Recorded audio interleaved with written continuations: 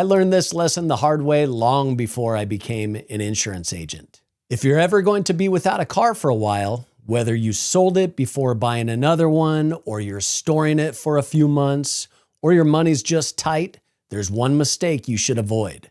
Trying to save a little bit of money today could make your next insurance policy much more expensive.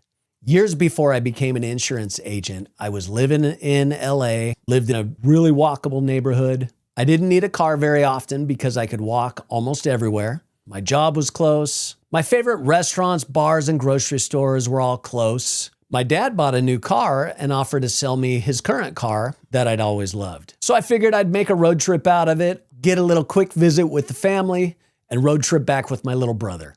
I booked a flight for a couple of months in advance to take advantage of the discount. I figured it'd probably take a while to sell my current car. Instead, it sold almost immediately. So now I had about 2 months without a vehicle. No biggie, I could walk to work, the gym, bars, stores, pretty much everywhere. So what did I do? Exactly what I think most people would do. I canceled my insurance on the car I sold and bought a policy for my soon-to-be new car, or new to me at least, to take effect on the day I flew to Washington. Why would I keep paying for insurance on a car I no longer owned? Everything seemed set. I flew up to Washington, got the car from my dad. Then the insurance company ran my reports. The agent called me back while I was in Washington to tell me my premium went up because I'd been uninsured for 2 months.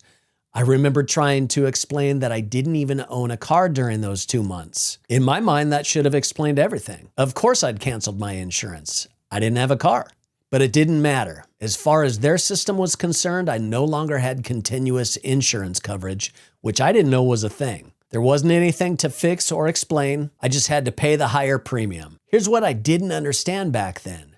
Most insurance companies place great value on continuous insurance history. If you go more than about 30 days without an active policy in your name, you can lose a discount you would have got for having continuous coverage. You could get rated as riskier. It all adds up to anywhere between 10 to 50% more expensive, depending on the person and the insurance company. Every company has different underwriting rules, but this is common enough that it's something you should absolutely think about before canceling your policy. I'm not a fan of the rule, but pretending it doesn't exist isn't going to save you any money. I'd rather explain how it works so you can avoid getting burned by it. Back then, nobody explained that to me. Nobody told me that maintaining continuous coverage could save me money, and nobody mentioned that a non-owner policy was even a thing. I had no idea this existed before I became an agent, but a non-owner policy was the exact fix I needed. It doesn't insure a specific car sitting in your driveway. It covers you for liability whenever you drive a borrowed or rented vehicle. But its real superpower is keeping your continuous coverage record alive in the database so your rates don't spike when you buy your next policy. Looking back, if somebody had just told me, yeah, I know it seems weird to pay for insurance when you don't even own a car, but spending $20 to $50 a month for a couple of months could save you a lot more on your next policy, I would have done that in a heartbeat. It just never occurred to me. So here's what my little money-saving idea cost me. I saved about $100 by canceling my insurance. Then I spent $250 more on my next 6-month policy. So I saved $100, spent $250 extra, and ended up $150 poorer than if I'd simply bought a non-owner policy until my new policy took effect. That's money I would have much rather invested or put in my emergency fund or vacation fund, or even just had fun with it. Not exactly the genius financial move I thought it was.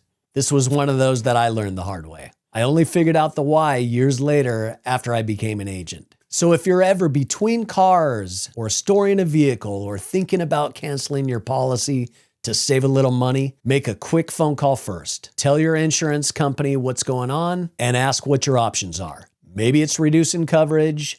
Maybe it's a storage option. If you're just storing the car for a while, maybe they can reduce the coverage instead of canceling it. If you're still driving it but need to save money, maybe dropping down to just state minimum liability makes more sense than canceling altogether. And if you're going to be between vehicles like I was, ask whether a non-owner policy is the right option. They're usually much less expensive than a regular auto policy. They can maintain continuous insurance coverage for people without a vehicle, and for many insurers, they help avoid the lapse that can make your next policy much more expensive. Every company is different, which is exactly why I'd make that phone call before canceling anything. Hopefully by sharing what happened to me, I can help make sure it doesn't happen to you. I'm building a whole playlist of personal finance quick tips like this and mistakes to avoid, and you can view that here. And let me know what you want me to test or tackle next. I'll see you in the next one.